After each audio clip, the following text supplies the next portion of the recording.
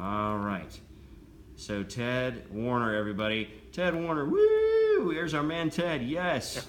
All right, so Ted, obviously I was a little lengthy on my intro to the show, but I mean, you are such an incredible guy that has done so many different things and been involved in so many different aspects of motorsports and been able to make that kind of a big part of the passion of your life. As we talked about and as I alluded to, I mean, you've had your hands in a lot of sponsorship stuff at the highest level. I mean, we talk all about how, Zach Brown was here from Indy and now he's running McLaren, but, you've found money to go run the biggest race in the world. So tell us, how did you start doing that? I mean, did you go to school for marketing and advertising or sales, or were you self-taught, or how did you wind up being so good at it? Yeah, I really think I'm blessed with an ability to see, a dot here, a dot here, a dot here, and then be able to connect them all in ways that nobody ever thinks of. I really have a blessed ability, if you will, to see the forest for the trees when others can't. It's just, to me it comes naturally. To others, I know it does not come naturally, but I'm fortunate that I have a way of thinking the way I do. It's kind of a combination of awareness, education, being aware of what's going on in the business world, and being prepared. Because sometimes you get lucky, but as you know, luck is where preparation meets opportunity. I've had a number of cases like that, but if you're not prepared, you don't stand a chance. And I think I always subscribe to the tenet that rather than using a shotgun approach, throwing stuff out there and seeing what sticks, focus on a couple of key opportunities and get to know that business as well as you can and solve a problem that they have. Every business has a problem, and every business has something in common. They all want to grow sales. So if you can find a way for your sponsor to grow sales through your racing program, and only through your racing program, not anywhere else, then that's money well spent. And they don't care if it's racing or tiddlywinks, as long as it can sell their product and get them into contact with other people who might want to buy their product, then they'll be all ears. So you really have to be aware of and sensitive to what companies need. Every company has a need. And the CEO will get up and they'll say, this is what we're going to be focused on. We have a real problem. We're going to focus on this. You have to understand what those needs are. And if you have an inside contact at any of those companies, so much the better. But you really have to understand what's keeping them up what's keeping the CEO up at night, and how can you solve that through your racing program. Interesting point, the way you phrase that as well. So would the relationship that you had with Stefan and the sponsorship that you were able to help him procure for him running 500, was that really your first foray into finding major sponsorship, or had you done some of that prior to that? Well, when I was doing my own racing, and this was and I was going to ask you that as well, because you were back out in of the college. 80s. Yeah, right out of college. I had always read, there's a gentleman by the name of Mark McCormick who was given credit for starting the industry of sports marketing. And he had written a book back in the 80s called What They Don't Teach You at Harvard Business School. And he was a guy who went to Arnold Palmer, the world famous golfer, in the 60s and said, Arnold, you keep doing what you're doing. I can make you a lot more money if you just let me focus on the business opportunities. You just keep winning tournaments. You just do that, I'll do the rest, we'll both make money together. And I was fascinated by that. So I read all his books, and this was as I was racing. So I took a lot of this under consideration. Then I went to the company that my dad worked for. I actually worked for him at the same time with a proposal. I said, hey, I'd like to do this pro race at Elkhart Lake. This is a step up from the Skip Barber series. The racing part costs this much, but I want to spend this much. And I want to spend the difference on customer entertainment. And I want to have an event at the races where we invite all our customers. So we spent twice as much money on the entertainment part as we did on my racing. People loved it. We had like a 33% positive response. We sent out like 200 invitations to customers and like a 33% response. And they had to drive to Elkhart Lake, Wisconsin to do it. We just said, we'll buy you a ticket. That's all we'll do. You have to get there. 33% of the people said, yeah, I want to do it. And they're still talking about it 30 years later. Wow. So, that was kind of the start. But I knew that, it was what I read, from Mark McCormick's books, that, these relationships, you develop a relationship in an environment that's not the office environment, then it's a whole different conversation on Monday morning, when you call them to follow up. So I kind of learned that at an early age, right out of college. I gotcha. So what was your next step from that? Did sort of, when, as you said earlier, that financial day of reckoning of your own racing kind of came knocking Right. there. Did you kind of go into that sort of life mode where life happens and you kind of maybe took a little bit of a step back from that for a while, or did you kind of still stay around that and have some kind of involvement? It probably took me a good 5 years to get over the fact that I wasn't going to race in the Indy 500. But I knew that going in. I knew that's the rules of the games. People complain about racing. Oh, you have to have money. I knew that all the time, and I'm like, that's just the rules of the game. It just is what it is. It's not. You don't need a ball and a jock strap. You need more than that, and it costs you $10,000 a day to practice your craft. I knew that going in, so I knew that day could potentially come, and it did. So, but it took me a good 5 years to get over the fact that I probably wasn't going to be a race car driver. Then life stepped in, got married, had kids. That's fine, but I always had this in the back of my mind that I'd like to be involved in the business aspect of it somehow. And then when I had a fantastic job opportunity in Indianapolis, I moved from Chicago to Indy for that job opportunity. That had nothing to do with racing, but in the back of my mind, I thought, what? Now I'm in the right town. If something should happen, if I should meet some people, who knows where this could lead? And now here I am. That's part of why I'm here. I mean, Right. Certainly my wife had a little to do with that, but I'd always thought that being in Indy was, when you're in the racing biz, you got to be here. And that's no different than anything, Kevin. I mean, for whatever reason, the carpet industry is in Georgia. If you want to be in the carpet business, you got to be in Georgia. So, and other industries have their own homes elsewhere in the country, Silicon Valley or whatnot. Racing just happens to be based here in Indy or Charlotte if you're into, the NASCAR thing. Sure. But that never interested me. So then, as life is happening and you're having kids and you're married and building, your life and everything, what event or series of events transpired to kind of bring you back in and got you in on the business side? Well, the key was meeting my good friend Stefan Gregoire, who would ultimately become my business partner. How'd you meet? So I had just moved to Indianapolis for this job as a director of the Design Visualization Center using my college degree. Good thing I got that, and didn't throw everything on racing. So a coworker of mine, French guy, said, "Hey, I've got a good friend of mine who's an IndyCar driver. You should meet him," because I had race cars all over my office. And usually when somebody says that, you find out that the guy races Formula Ford and SCCA. Most people use the term IndyCar for just about any open wheel car. True enough.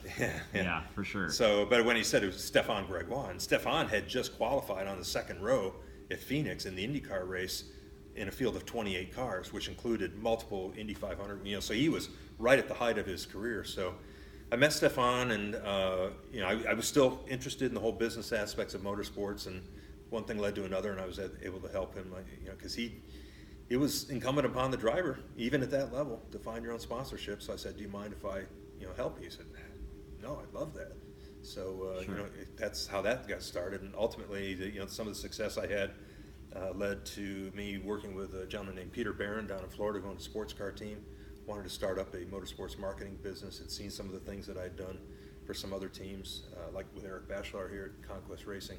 And so I had a motorsports marketing business with Peter for a couple of years. Then the economy tanked, and nobody was sponsoring anything, let alone race cars. So, and then it all cycled back around into the business I'm in now, miles ahead with Mini and the driving programs we do. But so that's kind of a condensed version of how it all transpired. So with the sponsorship that you helped Stefan acquire, if I remember right, the big one was Effin Vodka. Effin Vodka, right? And was that?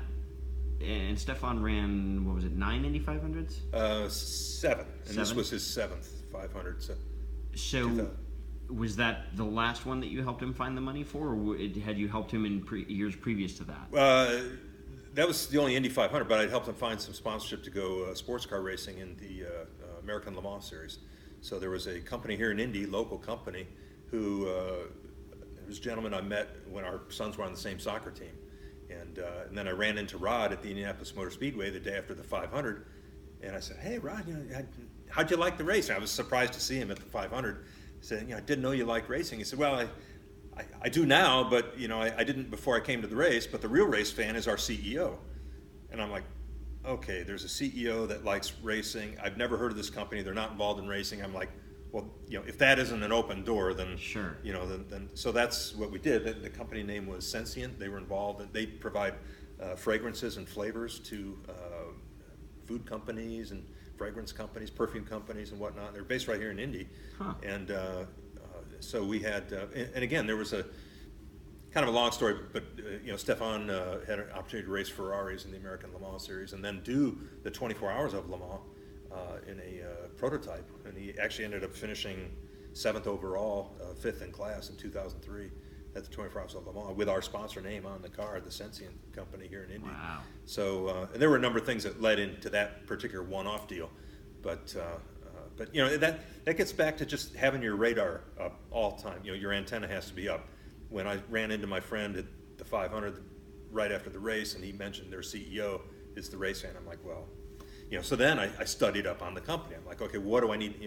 Oh my gosh, they've got business all over the place, this, that, and the other. And it turned out that one of the drivers on this Ferrari team that Stefan was with was one of the top level executives at a fragrance company.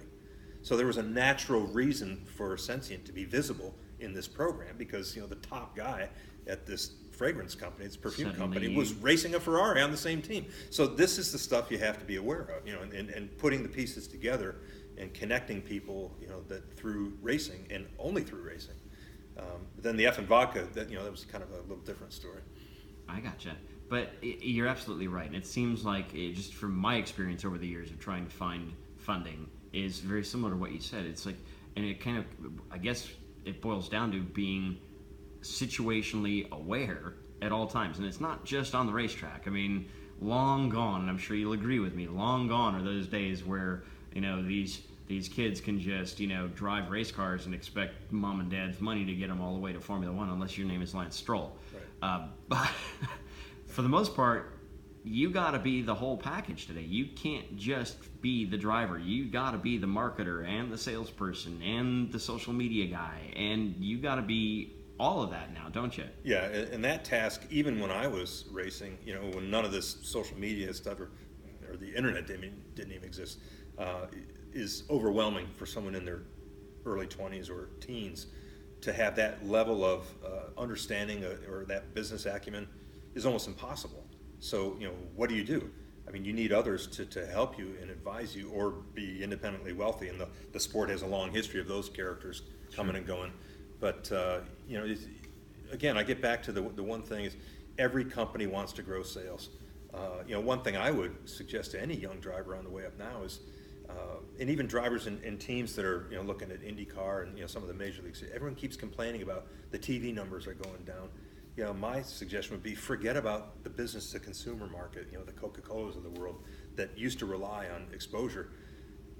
Target B2B companies that sell widgets to other companies that put the widgets in something that is bought by another company. So, and get companies that can do business with each other in your program so that they can only do business with each other because of your program. There were examples of this in IndyCar. Delphi, the automotive tier one supplier to the auto manufacturers for years, had a program where vendors came in and they were meeting people at the races that they wouldn't have normally met. And it was only because of the races that they were meeting these people. And then, again, you call this person up Monday morning. Hey, remember, we saw you. Oh, yeah, Ted. Yeah, let me put you in touch with so-and-so. It just accelerates the sales process, because now you have a relationship with somebody that was built over something of mutual interest, the racing program. So this is what I would highly recommend to any young driver now is forget about the business to consumer market and focus on the B2B.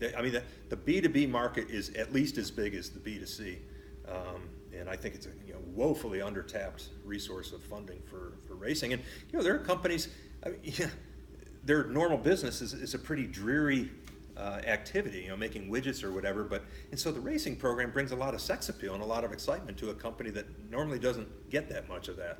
Right. So that's something that it's an intangible, but it definitely helps generate excitement within the business. And I've seen a number of companies do that.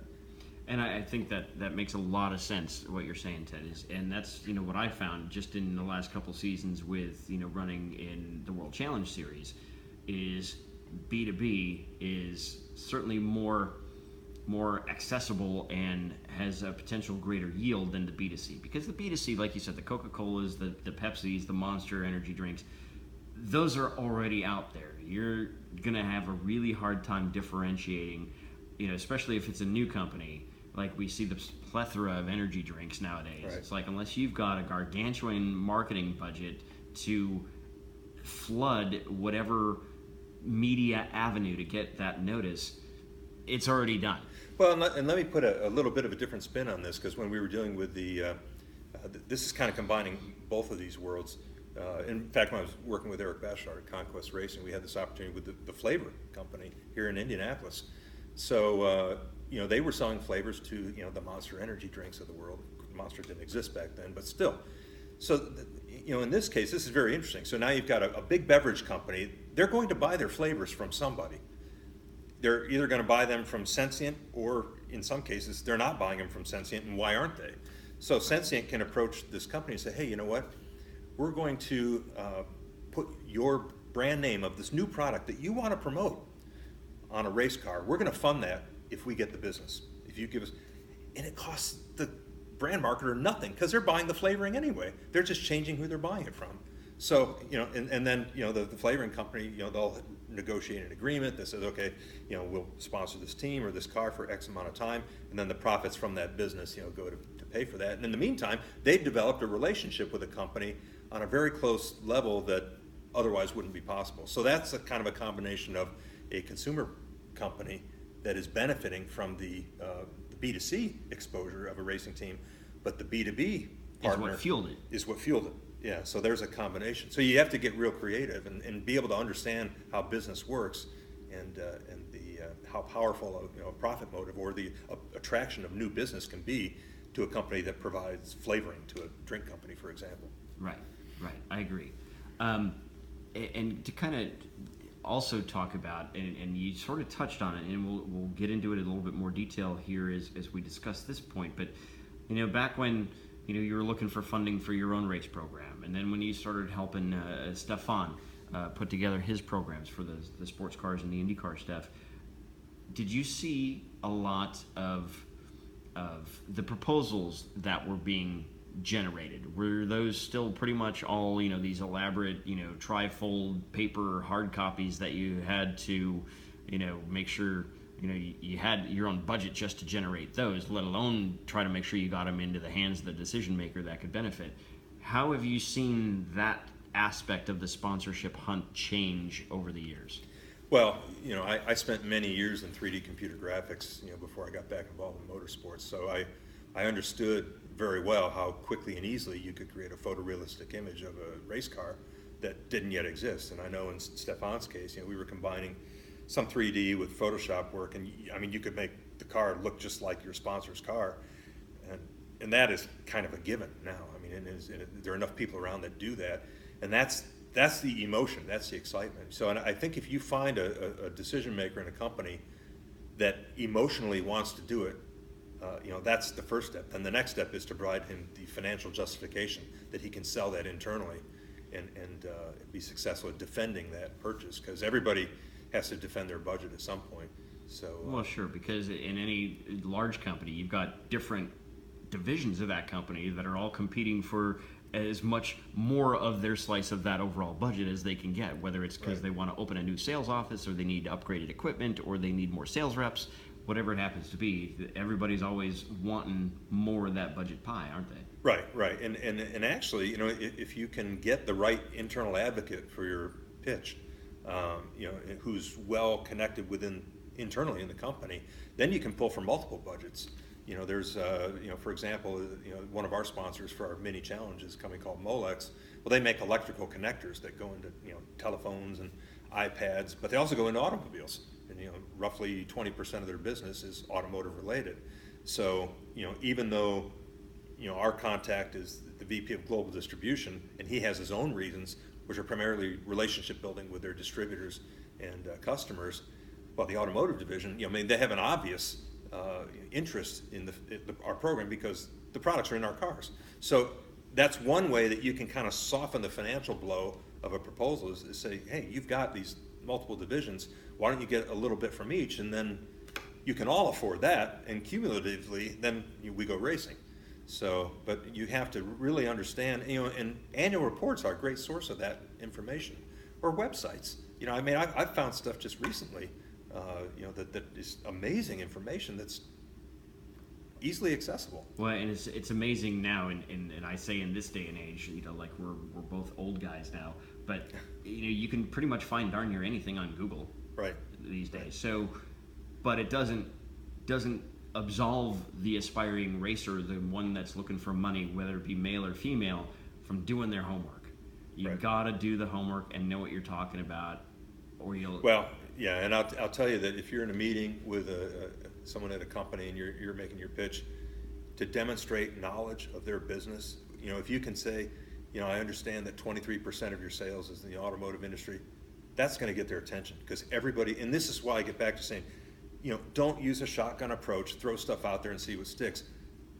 Go after, identify a couple companies that you are convinced should be in motorsports and study them like crazy. And know their business when you go into the meeting so that you can drop these little factoids on them and you're going to be impressed and you're going to get their attention. They're going to say, you know what, this person cares more about my business than they care about their racing, which is really what they want to hear. They don't want to hear, well, my season is starting in 2 months, I need a check. They don't care about your season. They really don't. They care about their own fiscal year, and if it takes you, 6 months of waiting to, sync things up with their fiscal year so that you can get the budget, well, then that's the way it is. You're a slave to their budget. They're not a slave to your racing program. That's right, and and as you well know, having been a racer and for myself racing too, it's like it can never happen fast enough. You always want that big check last week or last month or 6 months ago so you can hit all your off-season testing and whatnot. And that's the hardest thing for a racer is to be patient while they're doing the right things until that budget review is completed or that fiscal year is completed and there's more funds available. And that's one of the hardest things because racers tend to not be very patient. Then they move on to the next thing without having really thought it through and Right. potentially leave dollars on the table, as it were. Mm-hmm. Yeah, that's right. Another question that I have for you, and you kind of mentioned it a few minutes ago, is about not being so worried about the TV numbers. There's kind of becoming, from what I've seen, and I'm sure you've seen it as well, almost a bit of a seismic shift in how consumers are watching what they watch. And it's not just racing; it could be your nightly shows on your regular TV through cable or satellite dish or whatever, or it's your UFC fights, or if it's an IndyCar race, whatever. But more and more people are switching kind of away from traditional TV shows and watching through traditional media onto their smartphones and things like that. Have you seen that or see that yourself? Oh yeah, absolutely. And I obviously when I said TV numbers, I understand there's a lot more involved, and that there's a kind of a seismic shift happening there, or has already happened. So that's good news and bad news. The opportunity here is that through new forms of distribution, digital distribution, you can get data and information that you never had access to before. And some sponsors would rather have 100,000 of the right people watching than 1 million people who may have no interest at all in their product. So through smart use of social media, you can target those people. So I think there's really an opportunity here, and those who understand this new technology and are out ahead of the curve will benefit from it, and you can tie that in. And so many companies are so convinced. You'll see these widget companies get all excited about their Facebook page, and it's like, why would anyone go to this company's Facebook page? That's a boring company, but I can guarantee you that there's somebody in that company who's responsible for generating social media coverage, even if it's a company that makes a boring product and has a relatively boring product line. Because not all companies make minis that are fun and exciting and have an emotional connection with the Right. consumer. the way our manufacturer partner does. But the people who are smart enough to understand the value of that data, when you can show your potential sponsor, this many people are watching, this is where they were from, this is how long they were watching, this is how these are the questions that they ask. It's a whole different metric now than just TV numbers. It really is a much different metric, and it's amazing to me. And and you and I kind of came through the same era of racing, where it's like, the internet wasn't a big deal. It barely existed, when we were younger. Everything was all hard copy paper stuff, and now we're talking, how many followers do you have? How many likes do you have? How many different social media platforms do you use? And it's amazing to me, because there's still a fair amount of people out there that are just like either aren't even on Facebook, or that's all they can do. There's too much other stuff going on. There's too much like information overload. But yet, hey, look at guys like Ryan Eversley. His social media presence is one of the main reasons why he's gotten that factory Acura ride. Mm-hmm. I remember a couple of years ago when we were establishing my World Challenge program, we sat and had lunch with and met with Chip Ganassi at his shops here in Indy.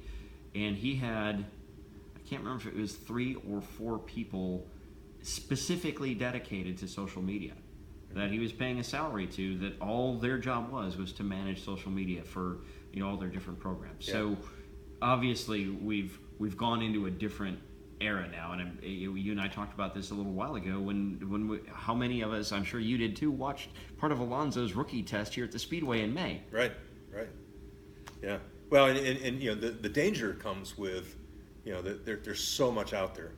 How do you connect with the right people? And that's what we're doing in our driving programs with Miles Ahead is we know we're connecting with the right people when before they show up to our events. So it's more important to have fewer of the right people than a lot more of the wrong people. Right. So and that's the thing that you have to convince your potential sponsor that I'm not only connecting with a critical mass of people. These are the people you want to connect with, and there's engagement there. Furthermore, it's not just somebody tuned in or that your number counts in my reach. It's engagement. Are people commenting? Are they asking? Are they getting responses back? That engagement is very valuable because in the case of our partner Mini, it could be a $45,000 purchase. Well, to sell 1 or 2 or 3 cars at that, that's a meaningful number. It's right. So if you got a product that only sells for $2 or $3, a can of energy drink or whatever, now you have much more. But so you have to kind of understand, what's hitting your sponsor's hot buttons. If you're selling a product or a machine tool that could be $100,000 or something, they're going to be much more interested in connecting with 10 people who are buyers of machine tools than 10,000 people who go to the races and may not even know what a machine tool is. So in a lot of ways, and it's as you were saying that, I was thinking it's kind of another way of looking at that whole shotgun approach versus, you can, on the macro scale, if you will, you could have a driver that's shooting, stuff out to 50 sponsors instead of the 3 or 4 that he should focus on. But at the micro level, now when you talk about reach and engagement and things like that, maybe you're only getting 100,000 of the people that are really the ones that can buy that product or something versus 1 million where 900,000 of them are just numbers that don't really apply to. It's just another way of kind of looking at it that way. Well, and one other interesting thing that I'm observing now, Kevin, too, is these young drivers coming up. Some of them are more adept at using social media than they are driving a race car. And they're very good at creating a persona about themselves through reach and all this stuff. But some of these kids haven't won any races. So I don't know what their aspirations are. If they're trying to get all the way to Indy or Formula One or other major sports car racing series. But at some point, if you're serious about your career, you have to be winning races at a pretty early level. And if you're not winning races at an entry level, then you probably ought to rethink, your career goals. But kind of, so you see kind of the opposite, where these young drivers coming up are very good at social media, but they're not winning races. Well, and to kind of further that point, which is a really good point, which made me think of this, is that, and you're right, you get, with the amount of time people spend on their phones now, predominantly on social media, like you said, you've got these young drivers that are probably better and more adept at managing their various social media platforms than they are driving the race car. And I'm not going to get into any diatribe about the social pitfalls of not interacting with people and being stuck on your phone, but as well as I do, and maybe we just have the benefit of experience, is that at the end of the day, regardless of how great your Facebook profile picture is or your Snap story is, at some point it comes down to the people, and you've got to be able to interact and articulate with people, right. Whether it's that purchasing manager or that CEO or that person that's going to cut your check to go racing. And if you can't interact and have those meaningful conversations and build those relationships exactly. in person, not through your social media, right. your career is going to be very short-lived, I think. Yeah, I would agree, Kevin, because I just got back from the IMSA WeatherTech Sports Car Championship event up at Elkhart Lake, and you see the corporate guests that are there. You see the interaction with these well-paid drivers who are representing multi-billion-dollar brands. These aren't flunkies. These aren't people that have their nose in a smartphone all day long. I mean, they are sharp, engaged people, and that's, like it or not, that's part of the tool set of a modern race car driver. If you can't do that, then and from what I've understood, Porsche puts their drivers through. I mean, the expectation list of their drivers is extensive, and I don't know how many young drivers would even be willing to go through some of the training that a company like Porsche puts them through. But that's the expectation. When you see a driver who has all these resources behind them, this massive transport, all these spares, a $700,000 race car sitting there, and all these people supporting that, you're the one person in that car. It's kind of like a fighter pilot with an aircraft carrier. You got 4,000 people on the aircraft carrier to support 40 pilots. So the pilot's a pretty special person. So the race car driver is no different. You have to, like, to your point, I totally agree. You have to be, social, socially adept, firm handshake, look people in the eye when you're talking to them, and because ultimately, you're going to be interacting with people at the races, and those people are going to be important to your sponsors. Absolutely right. And again, I think it's, obviously we use racing as the example, but it could be any industry in the world. It could be the restaurant business. It could be being on an aircraft carrier. It could be doing computer graphics or selling cars. It always, always, always comes down to the people. Right. Yeah, profile pics, social media platforms, all that stuff is well and good, but you got to be more complete than that. Right. Yeah, and I think that's kind of gets to a society issue now, as much as racing. Racing right. is affected by that. Like any industry would be affected by it. Sure. You're absolutely right. That's something the society's wrestling with. Exactly. All right. Well, Ted, believe it or not, we've already gone almost 40 minutes here, just chit-chatting about stuff. Obviously, we could do a lot longer discussion, and I think I'll have to come back, or we're gonna have to get together again to talk about this even further. How about we do another show at some point down the road? Love to. Yeah. That'd be great. So, gang, I got to thank my good friend Ted Warner again. He's the founder and majority partner in Miles Ahead. We are here at his offices that he shares with Eric Bachelard and the Conquest Racing Group here in Indianapolis. This has been a fascinating discussion, and we've really kind of just scratched the surface on some things sponsorship-wise.